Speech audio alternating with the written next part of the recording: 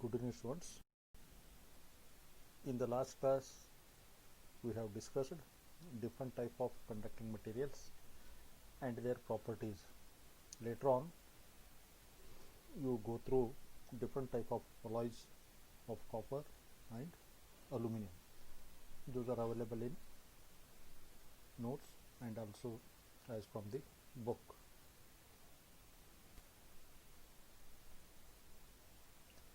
Today we have to see what is the importance of magnetic materials and selection of magnetic materials.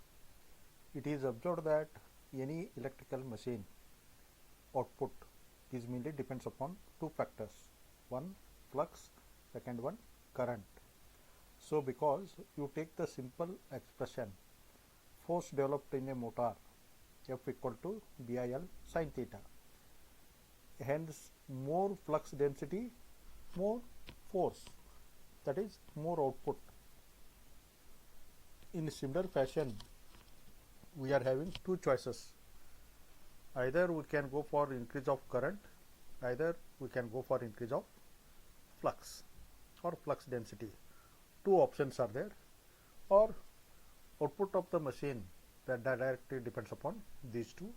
Later on, we are referring as electric loading related to current and magnetic loading related to magnetic flux. Hence, a natural selection goes for favor of high flux density.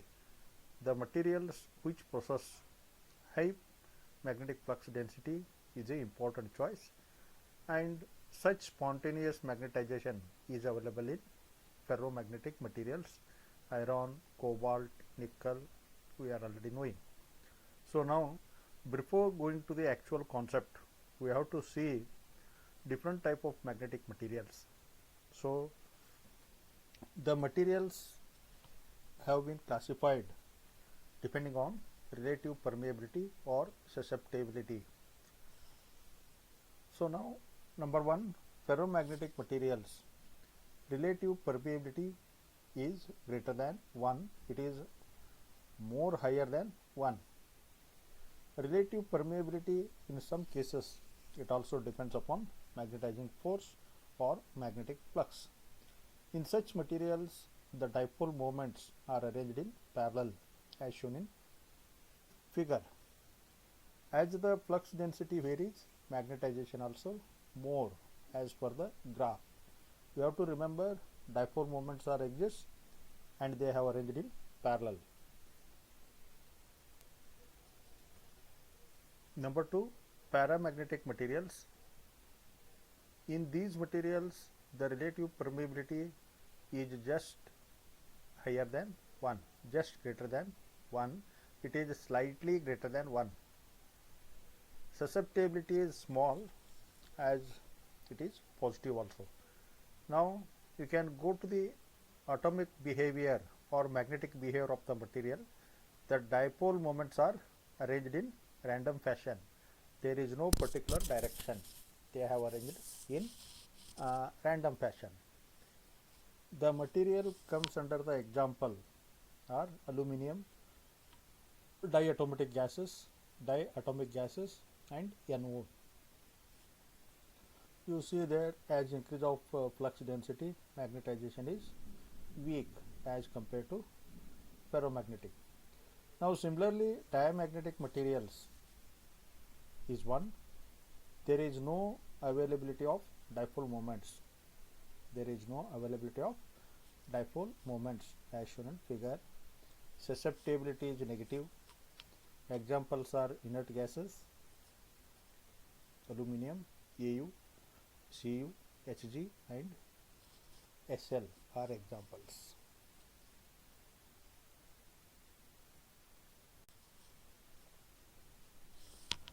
After that, next comes antiferromagnetic materials.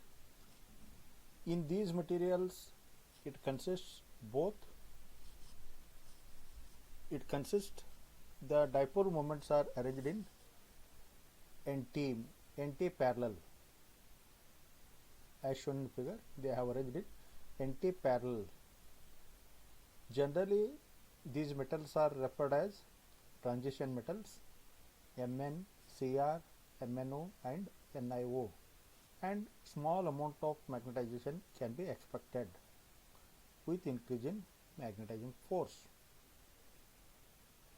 Ferromagnetic materials are ferrimagnetic materials are consist both parallel and anti-parallel dipole moments.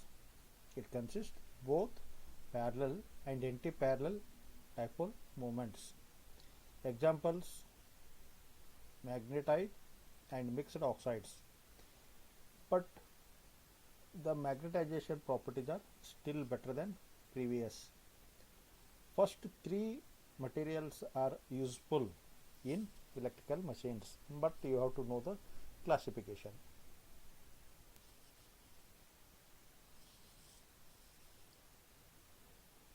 Then before going to the properties, we have to see what you mean by BH curve.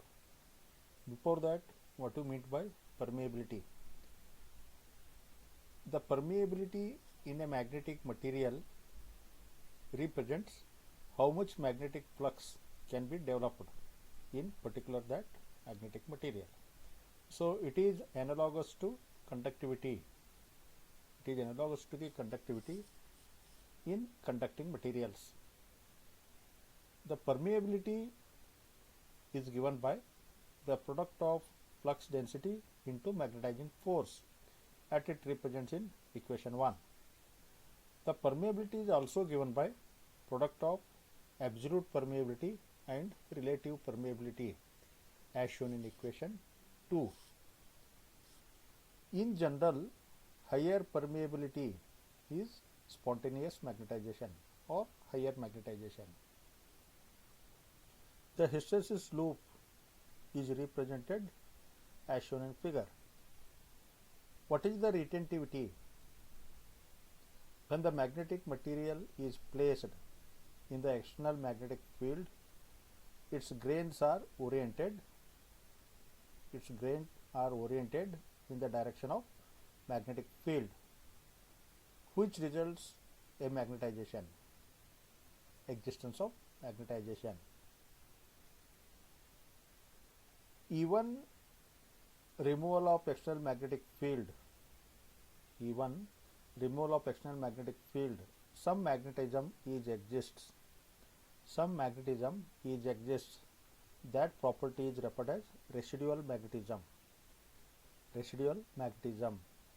This property of material is referred as magnetic retentivity. That should be Br. To reduce or to overcome the residual magnetism, we have to apply magnetic field in opposite direction, that is in negative direction. We have to apply the magnetic field to overcome the effect of residual magnetism. This represents Hc minus Hc. This negative y-axis period is referred as coercive force. This magnetizing force is referred as coercive force. This coercive force, hysteresis loop plays very important role.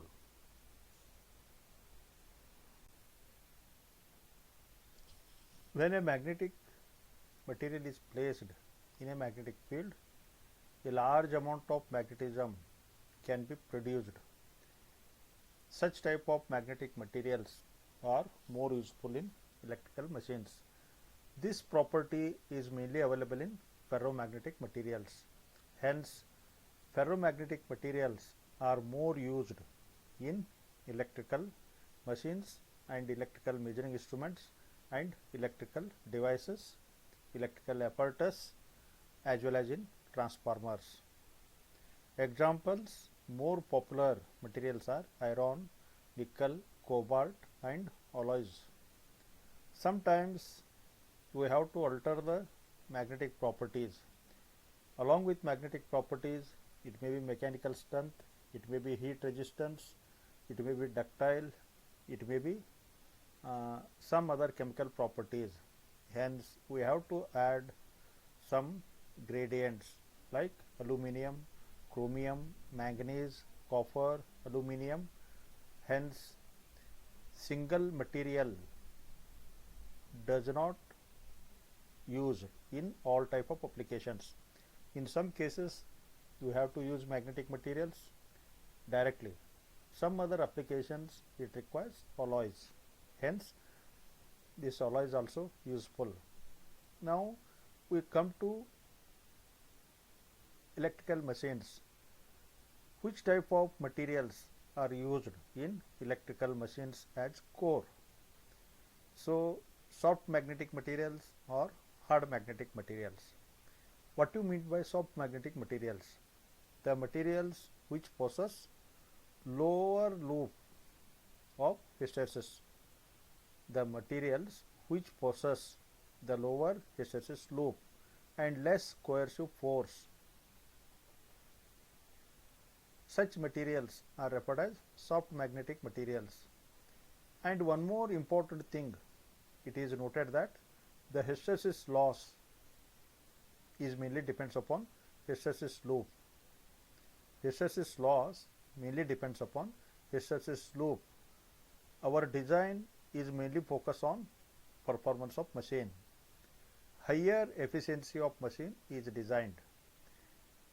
Different types of losses are there. Hysteresis loss is also one of the considerable. Already we are knowing fixed loss, constant loss and variable loss. So it is the fixed loss or iron loss. Iron loss is the sum of again hysteresis loss, eddy current loss. So hysteresis loss mainly depends upon hysteresis loop. Hence, soft magnetic materials are having lower hysteresis loop, then lower hysteresis loss. Hence, this type materials or soft magnetic materials are more useful in electrical machines, that may be in to produce magnetic field. It may be field winding either in transformer, it may be used as a core, some other electrical applications, instruments.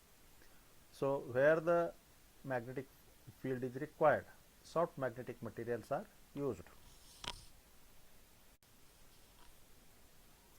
Now, you can observe diagram 1 and diagram 2. Soft magnetic materials are characterized by low and narrow hysteresis loop, less hysteresis loop and less coercive force. On the opposite side, hard magnetic materials are having larger hysteresis loop, larger coercive force. These hard magnetic materials are having larger hysteresis loops, hence larger hysteresis loss, then efficiency of the machine reduces. The losses may be increased as compared to soft magnetic materials. Hence, where applications are required, less efficiency of design, less efficiency of machine is required. Due to other favorable properties are useful, that may be in low power rating applications. In all type of instruments requiring permanent magnetism, such hard magnetic materials are used. These materials are characterized by higher hysteresis loop and higher coercive force. Hence, by knowing that above properties, you should be able to make the good magnetic material properties. The good magnetic material properties, that may be susceptibility, that may be ferromagnetic dipole moments, that may be permeability value, it may be coercive force. These are all 4 to 5 points are available in all the things. Hence, we have to remember in general. Okay. Thank you to one and all.